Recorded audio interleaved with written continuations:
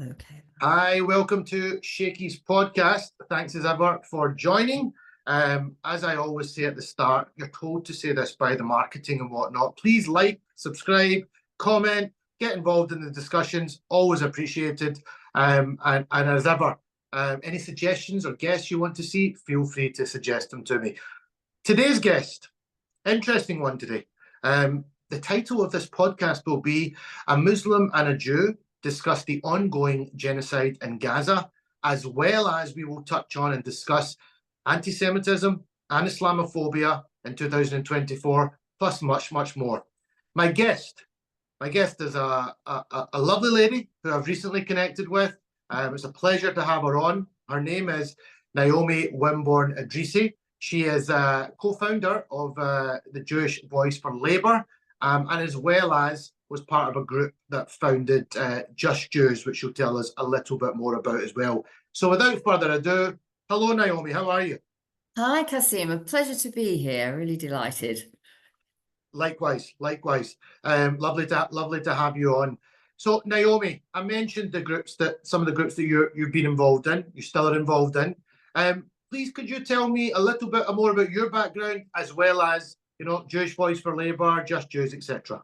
Yeah, absolutely. So I'm one of many Jewish people whose grandparents came over from Eastern Europe towards the end of the 19th century. And the reason that happened was because they lived in places like Russia, Poland, Eastern Germany, Ukraine, actually, which is where my mum's mum came from.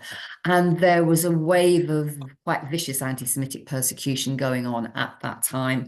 Jews lived separately from the mainly Christian population, and they were separated off. They lived in little sort of ghettos called shtetls, and they were subjected to periodic sort of scapegoating attacks, the kind of stuff that we hear now about everything that we hate in our society is the fault of the immigrants or the Muslims or something. In those days, in those societies, everything bad was the fault of the Jews. And it became unlivable, and many people took the decision to flee. And that's why I'm here, basically. They ended up in East London, most of them towards the end of the 19th century. My mum's mum was the last one to come over from Ukraine, and that was in 1903, which is significant because it's just before the British government of the day in 1905 introduced the Aliens Act, which was designed to stop immigration of people like my grandparents, aliens. You see, so nothing changes really. The discourse is not very different today. So that's why I'm here. I grew up in a sort of liberal Jewish household that's not particularly religious, observing a very few key festivals like so many modern people, I suppose, in British society. Christians who celebrate Christmas but do little else. My family was Jewish and didn't do much except Passover meals with the rest of the family. But we were always very aware of our history and our culture and where we come from and so on. So, speed forward to 2015, Jeremy Corbyn becomes leader of the Labour Party. And he's somebody who has the sort of human principles to the left in politics, which my family always have been. I certainly am. People who care about justice, who are anti-war, people who are anti-racist, and somebody who wants to bring justice to the Middle East, to Israel. Now, lots of Jews were always very distrustful of the idea of separating Jews off and sticking them in a state on their own, away from everybody else. We think that was never going to solve the problem of anti-Semitism. And actually what it did was it served the interests of the imperial power at the time in the Middle East. And now I'm going back to the First World War, Britain wanted a nice, safe, tame, friendly little enclave in the Middle East, which could sort of help manage its relationship with the routes to the east, to India, the rest of the empire, and later on, as things developed, relations with the Arab world. So Israel has always had this pivotal position as a sort of outrider for empire. Now, since the 50s, it's America. Previously, it was Britain. British society has British state has a lot to answer for, because we are responsible for helping to set up the Jewish state. There are lots of amazing books and films and things you can see to tell you about how that happened. And the Palestinians are unfortunately the victim of all this. They had no role whatsoever in the persecution in Europe, which brought my ancestors to this country, but they are paying the price because of the establishment of the state of Israel. Now, many Jews have become convinced, wrongly in my view, that Israel is essential to their survival and that anything that defends that state is justifiable. Now, to me, that is completely anathema. So I've strayed a bit off the Jeremy Corbyn point, but the point is that Jeremy is someone who's always understood that situation in the Middle East and always supported Palestinian rights, and obviously equality and justice for everybody. So Jews, Christians, Muslims, whoever. If you live in that area, there should be a state that exists, or states maybe, you know, let's not go into that discussion about whether there should be one or two or more states. But whatever state arrangement there is, it should guarantee peace and justice and security for everybody and equality for everybody. And that is not the case now. Jeremy Corbyn's somebody who understood that, wanted to support Palestinian people in their fight for justice. So a lot of people like me flocked into the Labour Party. Some were already in it, but lots had not been particularly interested in party politics, because we thought, hey, at last we have a major political party in this country led by somebody who cares about Palestine and who cares about social justice at home as well, and who's anti-war. Whoopee, great. So yeah, a couple of 100,000 people flocked into the Labour Party in support of Jeremy. But very quickly, he came under attack, not just by Zionists, let's get this straight, by the establishment in this country. Media, finance, corporations, everybody wanted to find a weapon to deal with Jeremy Corbyn. We couldn't have a leader of the Labour Party who was going to criticise NATO, you know, not follow the United States line in world politics slavishly like previous governments always had, and who would, of course, back the Palestinians and criticise Israel. So this incredible smear campaign began, and so lots of us who were Jewish and who'd been active in support of Palestine for a number of years thought, we need to do something about this. These anti-Semitism allegations are largely false. I mean, of course, there is some anti-Semitism, and there are some people who criticize Israel who do it for the wrong reasons. But mostly people were expressing their outrage at the way Israel has treated Palestinians. That's before what we're seeing now. This is going on decades for decades. This has been happening. So we thought we need to set up something. So we came up with this project to set up a group called Jewish Voice for Labour, because there was another Jewish organization in Labour which was ardently pro-Israel and claimed to represent all Jews. So we were saying, no, excuse me, there are plenty of Jews who are very critical of Israel, who think Jeremy is absolutely not an anti-Semite, and the people who support him are not, by and large, anti-Semitic either. So we created this organization, which has become quite well known, and we've got about 1,000 members. A third of them are actually Jewish, the rest are supporters of our way of managing, way of working, which is to educate people about what anti-Semitism really is, and to look at the history of Zionism, how it was popularized at a certain period, but is criticized by many, many Jews and always has been, and how the world powers regard the Zionist state as their sort of outrider in the Middle East. And that's why this war is being allowed to go on. This is why the Palestinians are allowed to be exterminated.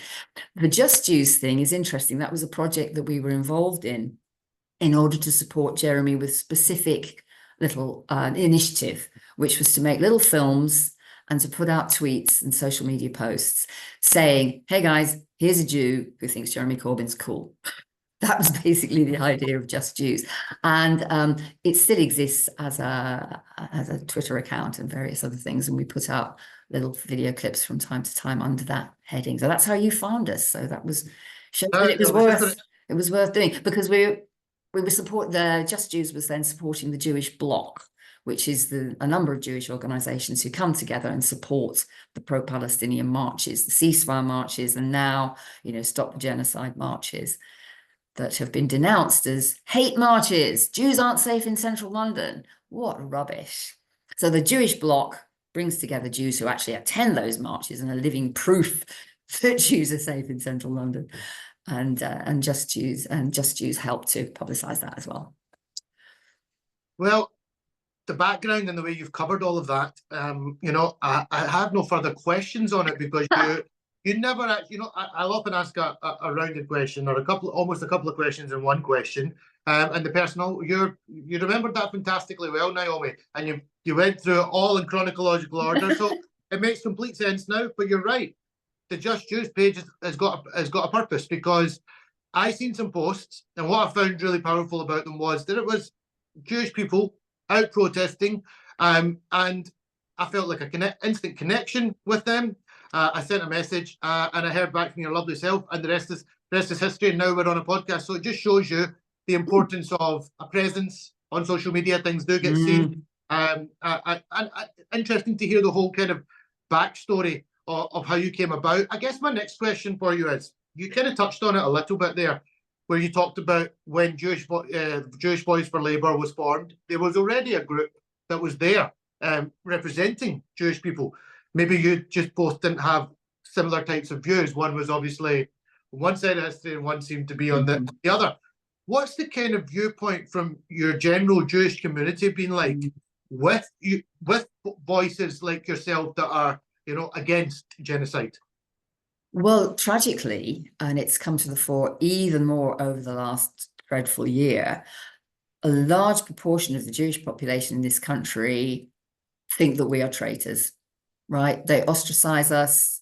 They denounce us in the most horrible ways. They use language and abuse towards us that is really quite shocking. One of the common things that they accuse us of is being a capo.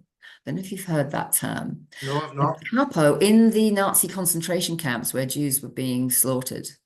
Some Jews were given jobs, like you have a trustee in a prison, a prisoner who has some sort of official role.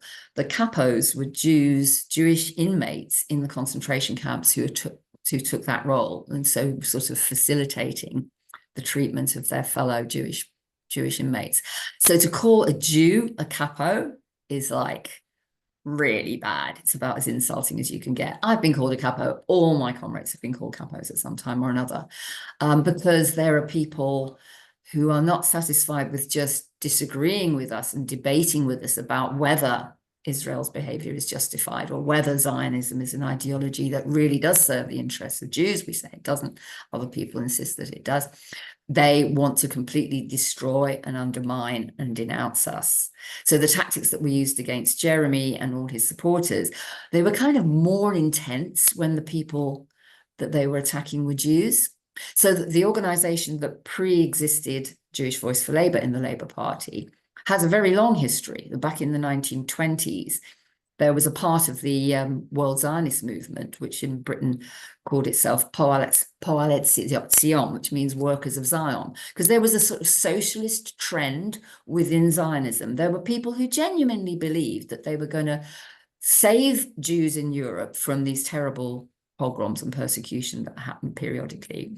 They were going to go to the Middle East, which was a land that they had some sort of affinity with because of the sort of Bible stories and everything, that Jews came from there. I mean, I didn't come from there. Most of us have no genetic or family connection at all. But there's this big myth that all Jews have their homeland in Palestine. So there was this idea, we go to Palestine, we'll grow oranges, we'll get on fine with the people who are already there, we'll build this sort of socialist utopia, we'll set up kibbutzim, these communal agricultural settlements, and it'll all be wonderful. So there was this strand in early Zionism, which some people still feel they can reclaim. I really think the history shows that this idea doesn't have any legs.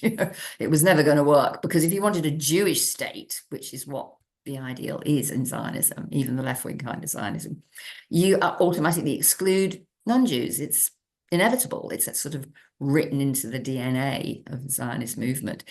But there was this strength. So within the Labour Party, this idea, people thought, yeah, that's great. Wow, we support these socialists who are going out to build these communal organizations, communal settlements, and so on. So Poet Zion, Workers of Zion, became an affiliate to the Labour Party in the 1920s. And it was very successful in propagandizing for the idea of Zionist settlement. So on the left in Britain, Zionism was sort of hailed as a great idea, save the Jews from persecution, create a lovely new state in the Middle East. And there's also this sort of racist thing about help those poor Arabs because, they can't possibly create a modern state of their own. They need these Jews to help them. All these kind of racist colonial ideas fed into it as well, including in the labor movement. I mean, the trade unions had terrible policies for many years towards all ethnic minorities, and lots of them were anti-Semitic as well. I'm going back, pre-Second World War here. So the Labour Party had this connection with Zionism right from the 1920s. And after this state was set up, I mean, that affiliate, Poet Zion, it didn't have so much to do anymore because Israel existed, and it kind of fell into disuse, sort of. However, I think it was about 2004, yes, 2004, when the boycott, divestment and sanctions movement was started after calls from Palestinian civil society that, they tried everything to liberate Palestine. And the only thing they could see working was a boycott movement similar to the one which contributed to overthrowing apartheid in South Africa. So boycott, divestment and sanctions movement was created, a Palestinian call for a cultural and academic boycott as well. And there was an immediate reaction from Israel itself and also from Zionist groups around the world. And Poalet Zion changed its name to Jewish Labour Movement. So it remained a Jewish affiliate of the Labour Party with a new name, Jewish Labour Movement. But it didn't do anything. It was really very under the radar. However, here's a surprise. When Jeremy Corbyn became leader of the Labour Party, suddenly a website pops up, Jewish Labour Movement. Oh, where did they come from? So a little bit about their history there. The first campaign that they undertook was to raise the spectre of anti-Semitism in the Oxford University Labour Club. Right? You can search it on go to Google. It's all on social media. This whole campaign started alleging that pro-Palestinian students were intimidating and harassing Jews, not Zionists or Israelis or pro-Israeli people, but Jews, because they're anti-Semites. And that was the start. That's when it all started going. This was very early in 2016. Jeremy's only been leader for a few months. And from there, the Jewish Labour Movement became this driver of allegations of anti-Semitism in the Labour Party. So you had some quite high-profile people who were targeted. First, there was Naz Shah, an MP, Muslim, as you could guess from her name, who retweeted something on social media, which was immediately pounced on. I don't think it was anti-Semitic. Let's not go into all the details. We might want to discuss what happened to you, particularly if we want to talk about a detailed case. But she was attacked. She groveled and apologized. Ken Livingstone, who you may have heard of, used to be an MP, very much on the left of the Labour Party, used to be Mayor of London, a very, feisty, experienced political operator on the left who supported Naz Shah. He said he thought that what she'd said was perfectly fine. And he went on to say that he thought people needed to know that Zionists had got support from the Nazis who wanted to use their project to get the Jews out of Germany. Now, he said it in a very crass way, and he foolishly said it, I think it was to Vanessa Feltz on national radio.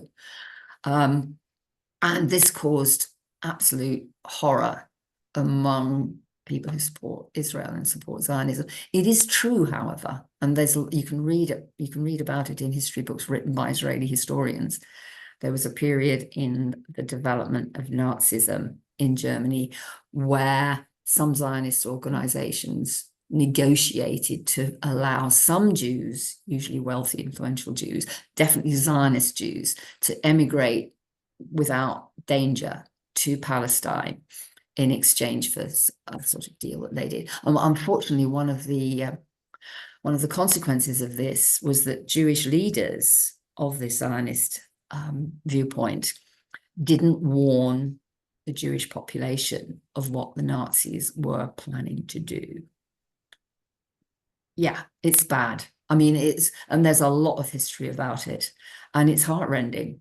I mean, some of these people who were leaders of Jewish communities in Nazi-occupied Europe, I mean, some of them committed suicide because the stress, I mean, the appalling choices they were asked to make. They were expected to produce lists of Jews to be sent off to the gas chambers. And they did it because otherwise their families were going to be killed or something. You know, I mean, it's just torment. But for some of them, there was this ideological aspect to it, which was, if I can do a deal with this Obergruppenführer or whoever, so that a few thousand Jews in my community go to Palestine, then I'll keep quiet about the tens of thousands of others who are going to be slaughtered.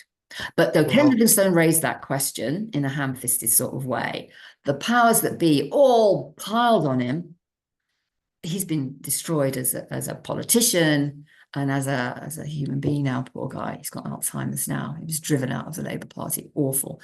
And so he was, under Jeremy's leadership, Ken Livingstone was driven out because the machinery of the Labour Party controlled all the disciplinary mechanisms and everything. And the media just took it up as an issue. Oh, look at this. There's this awful Naz Shah, and now you've got Ken Livingstone who supported her, and he's now saying all these lies about Zionists, which were not lies.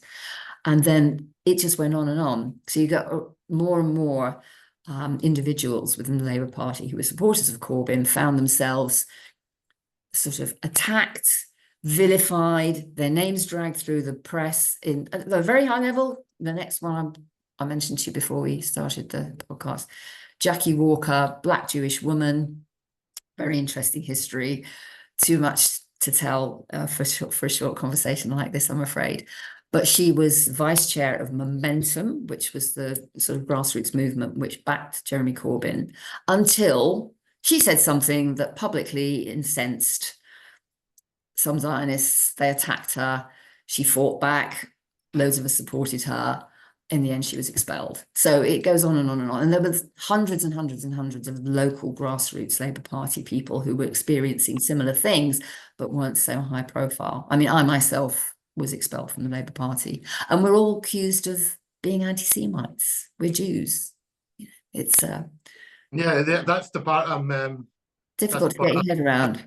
Struggling to get my head around the fact that is, what you identify as, and why would you be against your people. But I guess when you know something that as like a genocide is taking place, if I knew that Muslims were committing a genocide of Jewish people, I'm very confident and confident in myself that I would be calling it out exactly the same. And because women, children, innocent men being slaughtered the way they have, I don't really think it matters what faith that you come from or what background. We all should be, no human civilians, innocent civilians should be going through that, just like it shouldn't have happened in the Holocaust, just like I can condemn that exactly the same way. And that rolls in quite nicely, actually, in some ways to, you've now got to know me a little bit more.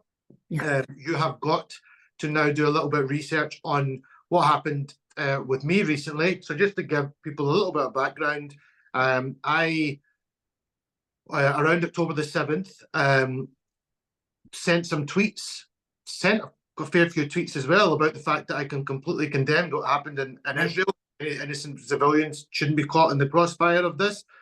So I put that out there as well. I was very clear on that. I also sent a tweet that basically said that, don't Palestinians have a right to defend themselves? Because let's be honest here, this never started on October the 7th, although that, again, I say this because I condemn what happened on October the 7th, but this, has been going on, as you've touched on already on this podcast. This has got a lot of history involved. It's been going on for many years. So I did a tweet just saying that about the fact that, why are Palestinians not allowed to defend themselves? And one other thing I did, I retweeted a picture with Rishi Sunak Joe Biden, and Benjamin Netanyahu with Hitler moustaches. Now, Yeah. I have put my hands up to accept that I can understand why that would cause some offence, but really the reason behind it, and this is why it'd be interesting to get your take on it. What my reasons behind it were was I was not I strongly condemn what Hitler did, but I was comparing, and it often happens in life and history when you get, two similar sporting athletes, or you get two similar, whatever it may be, but these are two very similar, if you ask me, dictators and people who have committed the worst of atrocities and killings of innocent people. And that's where I was coming from. And then with Biden and Sunak, well, as far as I was concerned, they're enabling this, they're arming this. So with all that and the research you've now done, you know that there was a smear campaign done on me as well by a small proportion of the media. But once it's kind of there, people will latch onto that. And I have since not worked for the BBC. I was never given anything to say that we're getting rid of you, but I've just never received any further work. What was your take on that after you had a look into it? Absolutely clear, Kasim. For a long time, lots of us have said, oh dear, probably not a good idea to compare Israel to the Nazis. That's a bit near the bone. We understand that Jewish people get horrified at the idea that anybody should compare anything to the experience of the Holocaust, which was so extreme and huge. But I'm not putting my punches on that anymore. What Israel is now doing is genocidal. They've made it very clear that it's genocidal. They want to eliminate Palestinians from the lands that they claim Greater Israel. I mean, the people who are leading the Israeli state now are very explicit about what was always implicit in the Zionist ideology, to be honest. So as far as I'm concerned, if you want to put a Hitler moustache on Netanyahu and Sunak and Biden, I think you're totally within your rights. You are obviously saying something terrible is going on. What can I look at back in history that is of a similar sense, which evokes similar kind of horror? The nastiest thing I can think of is the Nazis. The absolute appalling horror of that genocide is something that I abhor, and therefore I want to make that comparison with something today going on now on my TV screen or on my phone or whatever that I abhor. That's all you're saying. And I think anybody to condemn you as anti-Semitic for that is completely unjustified. And one of the reasons this is happening is because the Zionist movement has been very successful in persuading people to sort of redefine what anti-Semitism is. Now, you know what Islamophobia is. It's hostility towards Muslims because they are Muslims. That's it. You don't need to say anything else about it, really. I mean, you can go into more detail. For me, anti-Semitism, hostility towards Jews because they are Jews, right? Now, criticizing the state of Israel, which claims to represent all Jews, but doesn't. Criticizing the state of Israel is not the same as expressing anti-Semitic sentiments. It's not saying, I hate all the Jews in the world and want to wipe them out. It's saying, I really dislike this state because it's acting in a way which is, committing war crimes and crimes against humanity. And it's claiming to represent Jews, which it doesn't. Therefore, it deserves all the opprobrium that people can throw at it, to be honest. So don't accept that definition, which says that criticizing Israel is equivalent to criticizing Jews as Jews, any more than you could say somebody's criticizing Pakistan, which happens to be a Muslim country. Therefore, they're obviously attacking all Muslims. It would be ridiculous. That's the point. That's a good way to, if Pakistan were doing, and I do strongly condemn Pakistan because the current government I'm not a supporter of. So I do. I speak against a Pakistani current government, and I think what is happening with Imran Khan is, we could go. That could be a total other discussion if we got started on that. I'm not an expert on that one. I condemn it, but that doesn't make me Islamophobic. And also, it would be strange to be accused of Islamophobia because that's the faith that I come from. Similar to when you're saying you're critical of Israel. You're being called anti-Jewish when you yourself, are a Jewish person and that is your identity. It just it doesn't make sense. But thank you for kind of for clarifying that. I guess what leads me on to next is that I was accused of something. Jeremy Corbyn was accused of something, being anti-Semitic. It's what my situation with the BBC, which is what I found more, things like they wanted me to do an anti-Semitism course off the back of what we've just talked about.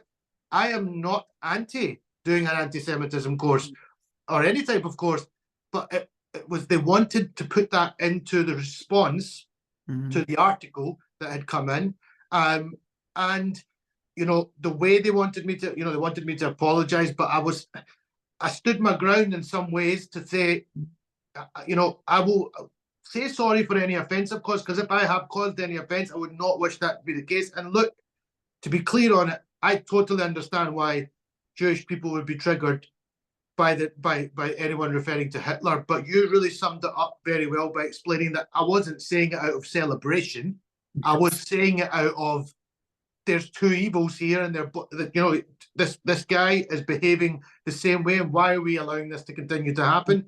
But with the BBC, and you talked about Labour as well and expelling people, the BBC seemed to be it was almost like they caved in, and I was just one person in that situation, and I had to kind of continually keep digging and giving them more. Why do you think that's happening? Yeah, it's because the narrative that is current throughout the whole of society, this stuff's going on in academia as well, in employment and in the media itself and in political parties, that there is one narrative that you're allowed to propagate, and that is that Israel is our ally, Israel is our friend, Israel represents Western civilization, has the right to defend itself, and also the narrative says, and all Jews support this, and if we criticize Israel, then we are committing anti-Semitic offenses. That's the narrative. And if you diverge from that, you are going to find yourself excluded very quickly. And it's happening a lot. I mean, people are taking tribunal cases and winning them. There's a young academic up in Sheffield who was dragged through the mire, treated upon, Palestinian as well. I mean, so a Palestinian person can't sort of scream out in anguish about what's going on to their own people without being accused of anti-Semitism. You're supposed to be so sensitive to the feelings of Jewish Zionists. And it'll be non-Jewish Zionists who kick up a fuss, because you don't have to be Jewish to be a Zionist. About 30 million Trump-supporting Christians are ardent Zionists and think that Jews have to go to Israel in order for Christ to come again, for the end of the world to happen. Woo, spooky stuff. But millions of people believe it. So, we're supposed to backpedal on any criticism of Israel, because Israel is our friend and it's part of the Western alliance, and the enemy are all these terrible people like Iran and Yemeni Houthis and Palestinian terrorists. So, I mean, if you suggest that Palestinians have the right to resist, which they do under international law, they're an occupied people, that obviously immediately evokes calls for that you are a terrorist supporter. And this is why people, including Jewish people protesting on those demonstrations in London for Palestine, are actually being arrested these days. Have you seen the latest bits of footage? Well, that was going to be something else. So I've seen this old gentleman, Haim Bashir, Holocaust survivor. I think he's 70. What age is 74? I think he's in his 80s, Haim. Yeah, well, he's in his 80s, and I said he's been. Please tell me more about what's actually happened there. I've seen some articles here, but I've not. Yeah, I've not read it. He's one of a group who's either, I think his parents were Holocaust survivors. So there's a group of them who are either Holocaust survivors themselves, and one of them he's a fantastic old gentleman called Stephen Kaposh, who's been speaking about this a lot. He actually resigned from the Labour Party. Oh God, this is a story. Stephen Kaposh, old Jewish guy, survivor of the Holocaust, was a member of the Labour Party for a long time. And at one point last year, maybe before, he was invited by a group called the International Jewish Anti-Zionist Network to speak at a meeting around the time of Holocaust Memorial Day, which is in the end of January, about his experiences. And he said, yes, I will do that. And then he got a letter from the Labour Party bureaucracy saying that if you speak on this platform, It wasn't just that group, it also involved another group who have been proscribed by the Labour Party. The Labour Party now bans groups on the left who are anti-Zionist and says that if you have anything to do with those groups, you are automatically expelled. That's the excuse they use to get rid of me. And they said to Stephen Kaposh, if you attend this meeting and speak at this meeting, you will be subjected to disciplinary procedures. And he just said, well, right, I'm resigning then. And he wrote a very eloquent letter saying that. So Stephen Kaposh is one of these elderly Jews that you will see on the demonstrations with signs saying, I'm a Holocaust survivor. I oppose the genocide against the Palestinian people. And making that comparison. And that's why Haim Brashid, who's one of those, was arrested by police. So it's now becoming illegal. I mean, it isn't really illegal, but they're tending that way. It's an arrestable offence to suggest that what is happening to the Palestinian people is in any way analogous to what happens to Jews. And nobody's saying it's the same. We're not saying that 6 million Palestinians are being gassed to death. No, but genocide, Rwandan genocide didn't involve those kind of numbers, but nobody says that wasn't a genocide. The Armenian genocide didn't involve those numbers, but nobody says it wasn't a genocide. David Lammy was on the verge the other day of saying that, oh, you can't call what's happening in Palestine a genocide because less than 1 million have died so far. It was an extraordinary statement to come. Yeah, that's but what's the actual definition number of what genocide? There isn't a number. There is no number. The definition, the Genocide Convention, is very, very clear. It's quite detailed. It's quite complex, but it's to do with an intent to wipe out, to destroy our people in whole or in parts, to make life unlivable for a certain group of people, to create conditions in which a certain group of people can't have babies even. It's in there. You can't propagate. It is an attempt to destroy the means of life of a people in whole or in part. And all that is happening. Off that definition, Naomi, we've seen hospitals bombed. We've seen, so if that doesn't confirm that it's a genocide, where people now can't even go into a hospital to get treated without getting bombed, then yes, thank you for clarifying that, because I was starting to wonder with this kind of it goes about number. Well, yeah, it didn't make sense to me. Where are you at now with the Jewish Voice for Labour, for instance? How does it work now? Okay, well, there are some people in Jewish Voice for Labour who are still in the Labour Party. Not many. Nearly all of our executive committee have been expelled, which is extraordinary, really. And we've got people who support us who are not Jewish, as well, as I've explained. But we've decided that we have a really important role in continuing to explain and to support people who are unjustly accused of anti-Semitism. We feel it's really important for us to be part of the anti-racist movement now, which is fighting real racism in this country against Muslims, particularly against Muslims, but also against Gypsy Roma traveller people and Black people and immigrants and refugees and asylum seekers. So we feel we must be part of that, because, using anti-Semitism, false allegations of anti-Semitism as a weapon in a political battle about Zionism in Israel is extremely damaging to the real fight against real racism, of which anti-Semitism is a part. There is real racism, but you kind of lose track of what real hostility to Jews is about if you constantly defending a state which acts in the name of Jews and yet is committing horrific racist crimes against a whole population. So our job is to be, when we're very confident of our position, we know the history, we know how to argue it, and we know how to sort of help people who are confused understand where anti-Semitism comes from, where Zionism comes from, how anti-Semitism and the Holocaust, to be honest, are being kind of manipulated and used to suppress Palestinian voices.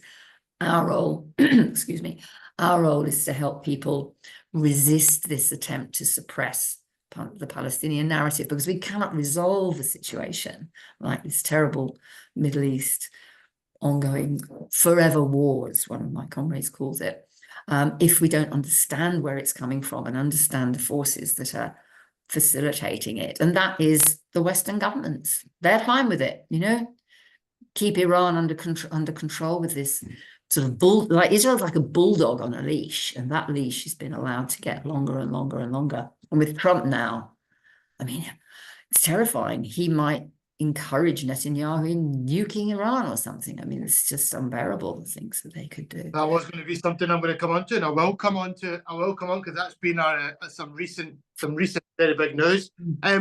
Before I get to that, we've touched on a lot. We've touched on in a very short space of time. You're like you have a great deal of knowledge. I've just been listening very, very intently to you, just kind of telling me the background and the history. I've learned so much, and hopefully my listeners are all as well. Not that I'm letting you go just yet, but I'm just putting that out there. But I wanted to ask you this, and it's a really important message of what I wanted to get across in this podcast, is that I almost feel there is this real divide being created by all of this, by everything that's going on in the world just now.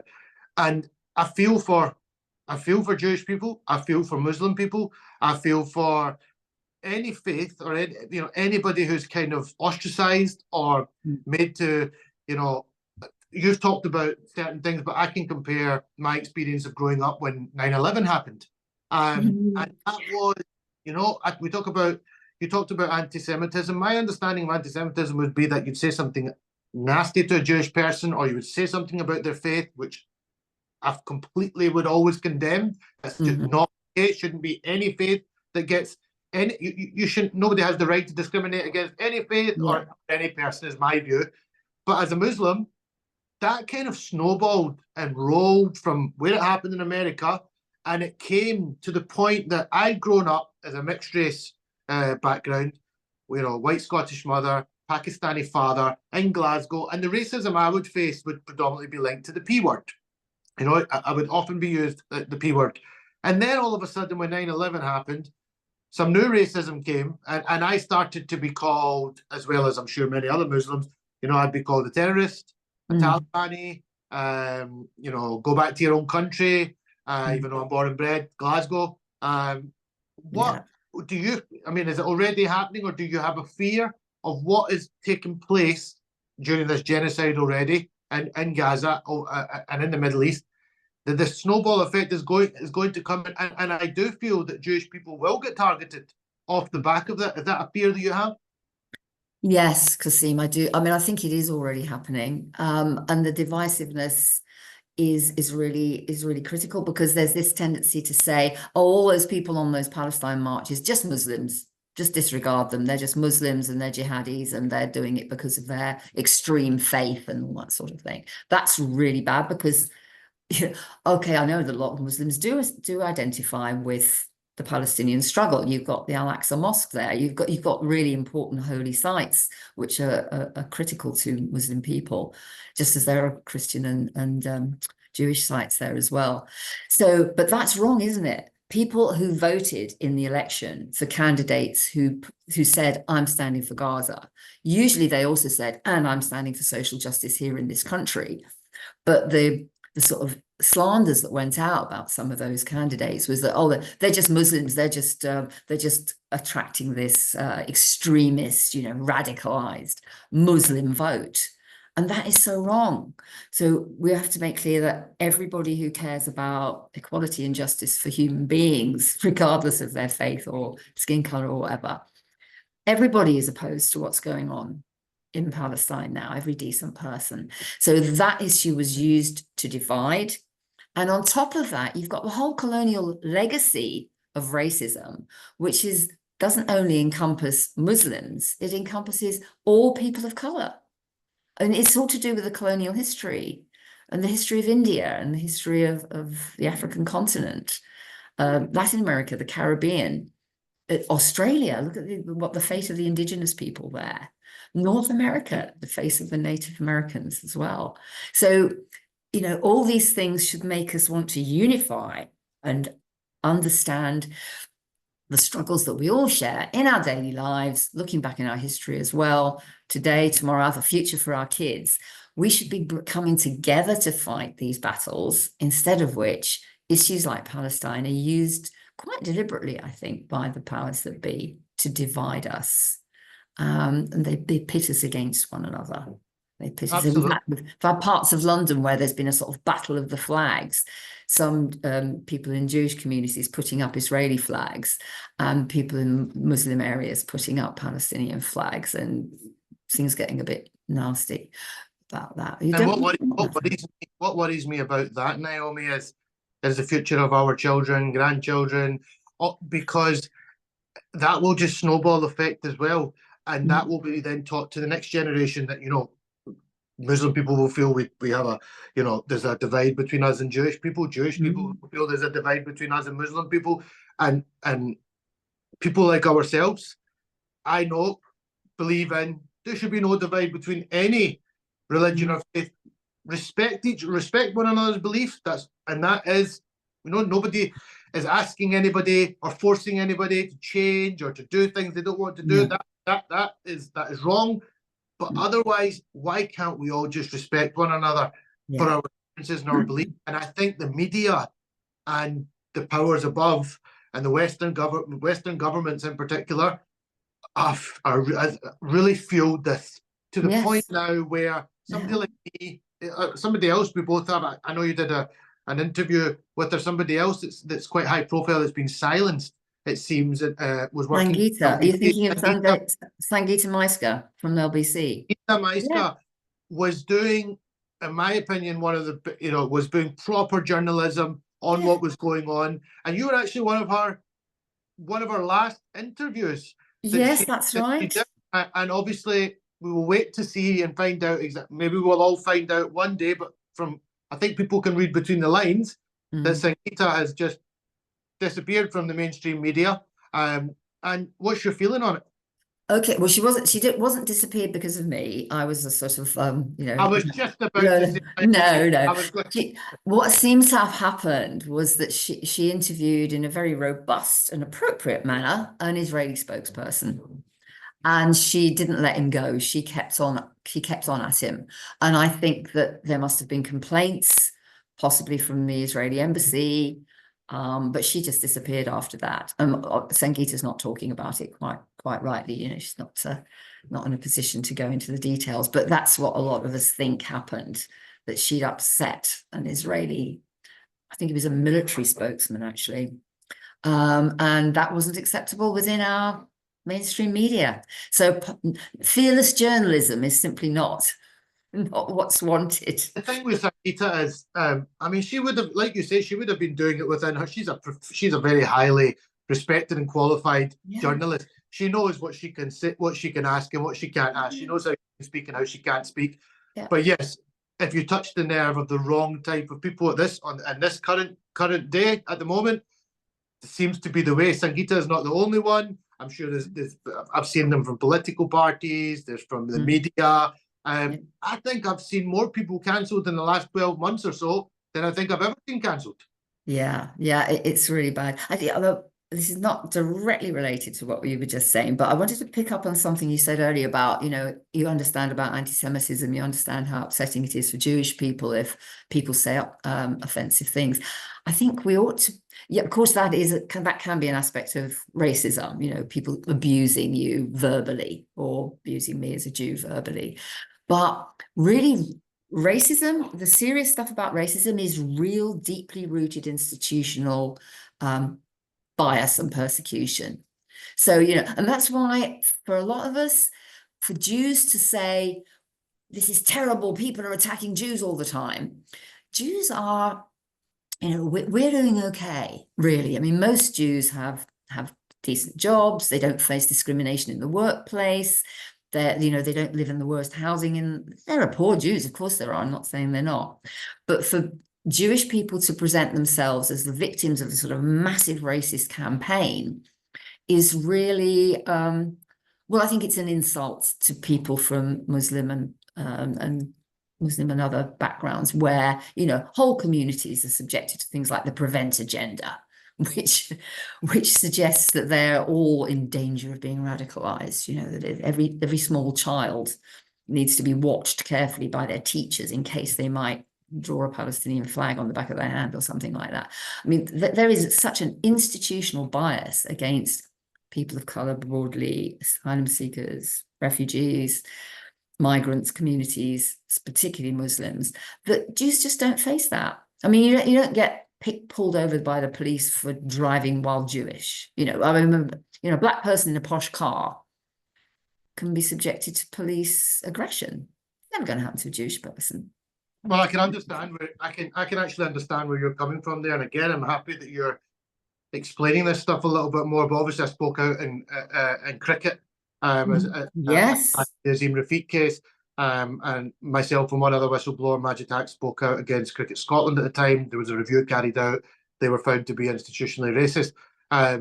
So I understand the bias, and it's difficult for me because not difficult, but I understand it more. I think because I actually come from a kind of different backgrounds. I understand, you know, my Scottish side of me and my Pakistani side of me, my cultural differences.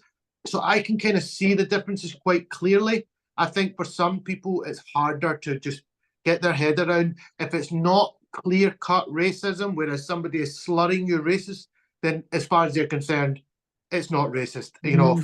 But the bias and the deep-rooted institutional racism stuff exists in a lot of our institutions in the UK. But it's interesting to find out how anti-Semitism would work more. You've confirmed that probably Jewish people don't face it the same way a person of colour might face it with the bias.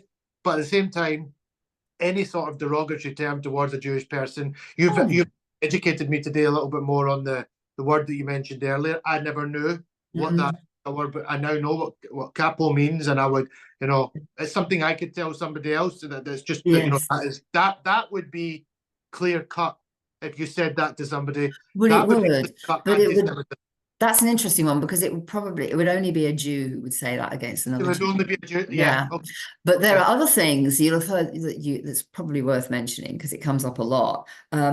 People are often accused by Jewish Zionists of a blood libel.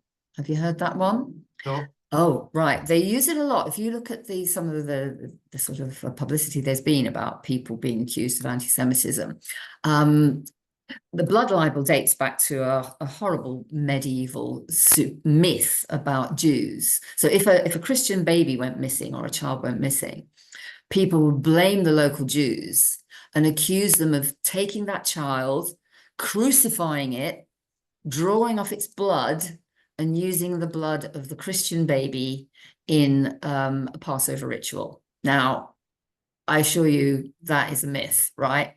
But it resulted in the deaths of quite a lot of Jews in the Middle Ages because people would stage these sort of pogroms against Jewish communities using this blood libel against it's almost unbelievable, isn't it? But these kind of things did happen in the Middle Ages, and what yes, up until so what happened was that it was going on in the sort of 11th 12th century, and in 1290 all the Jews in England were expelled.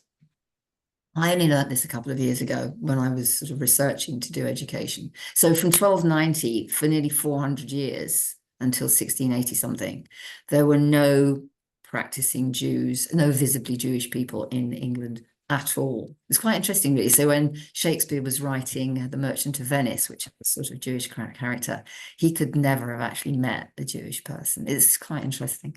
So there was serious persecution of Jews in the history of Christian England. But where was I going with this? Oh, yes. So nowadays, if, you know, somebody portrays an image of what Israel is doing, killing children, pictures of children bleeding.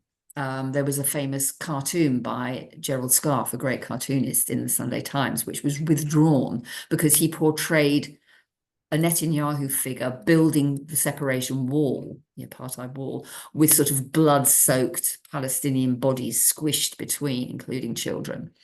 These kind of things, if you report about the deaths of children, they will accuse you of the blood libel.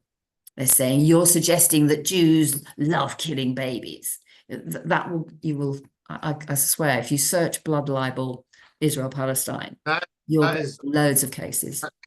That's crazy. It's crazy. There's a famous novelist called Howard Jacobson, very good novelist. He won the Booker Prize with a book that I hated, but then that's my personal opinion. And he's ardently Zionist. It consumes his whole being. That you mustn't support, you mustn't criticize Israel, you mustn't criticize Zionism. And if you do, it hurts him in his core as a Jew.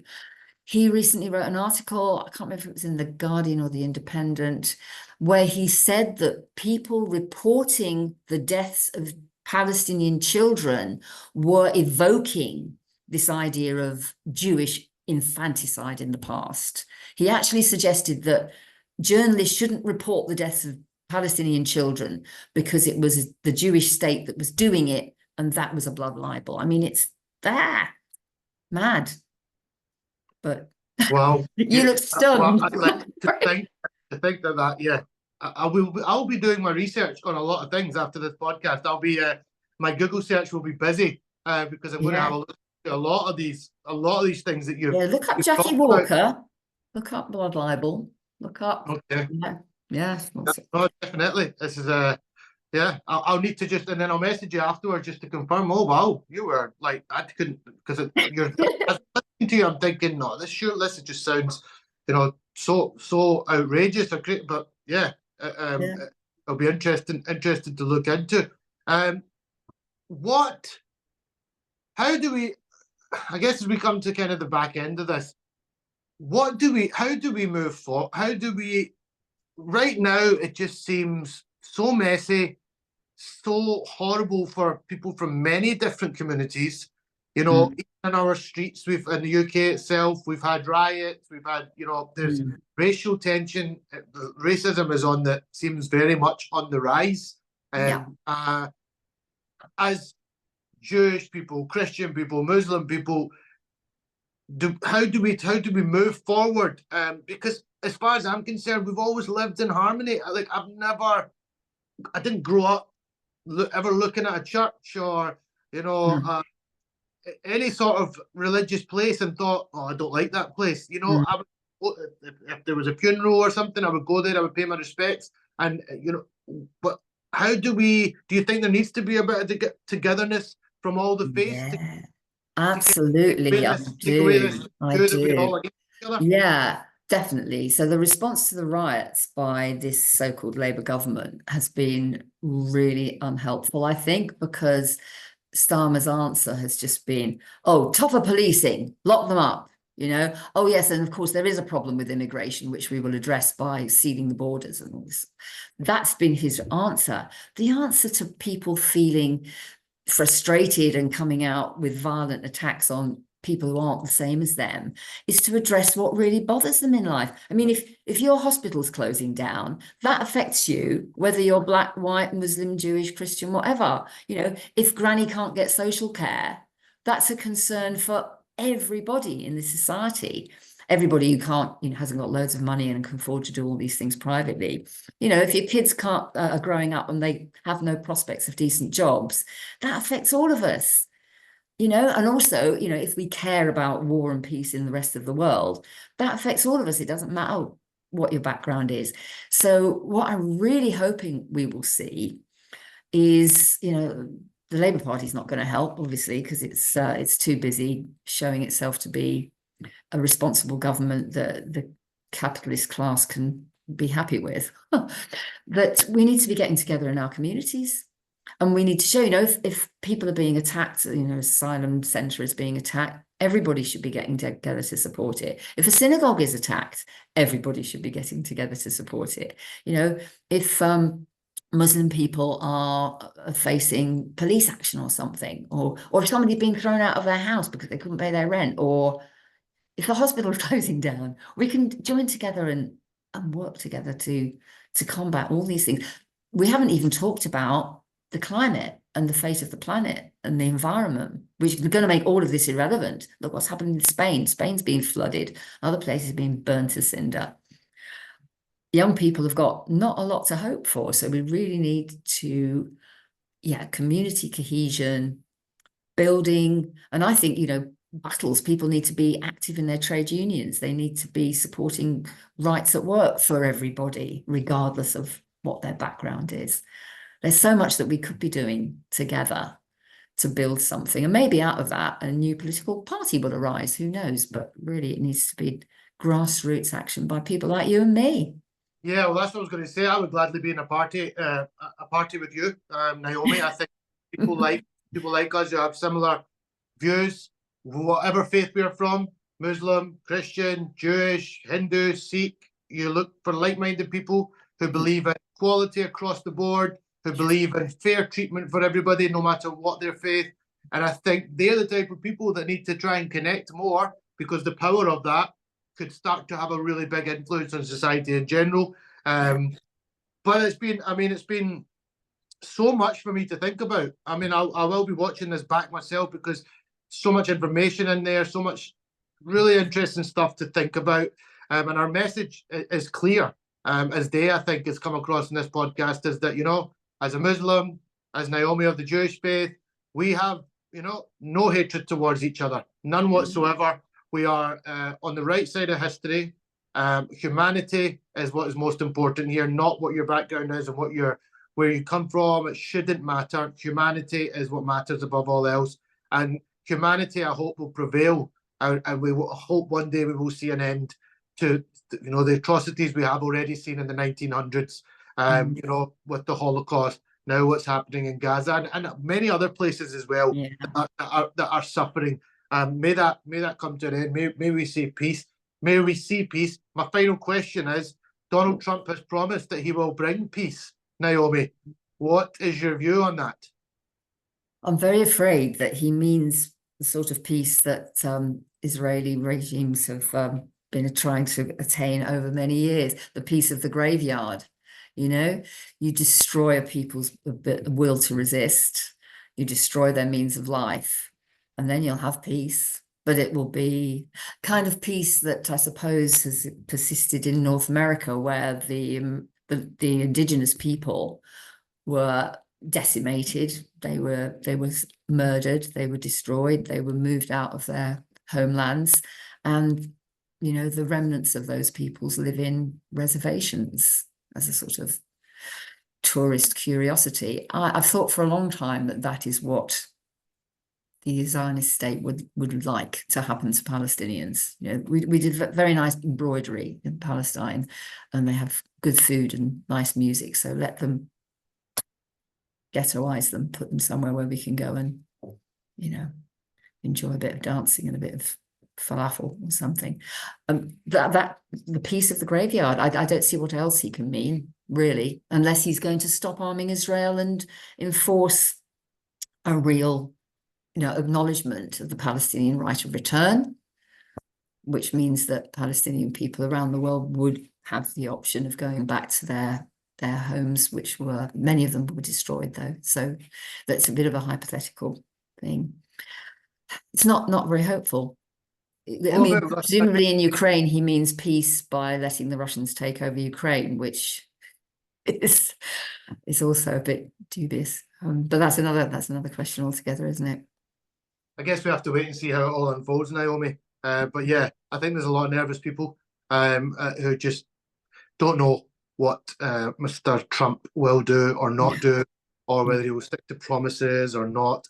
I guess time will tell, and we're all going to know soon enough, because he now is the president again, the second time of the United States. So time will tell. Naomi, thank you so much for joining me. It's been an absolute pleasure to speak to you. I'm glad we connected, and hopefully we can do more together in future. Now that's what it's all about: connecting with like-minded people and fighting the good fight. That would be great, Kasim. Thank you, and thanks to everybody who's listened, if they have.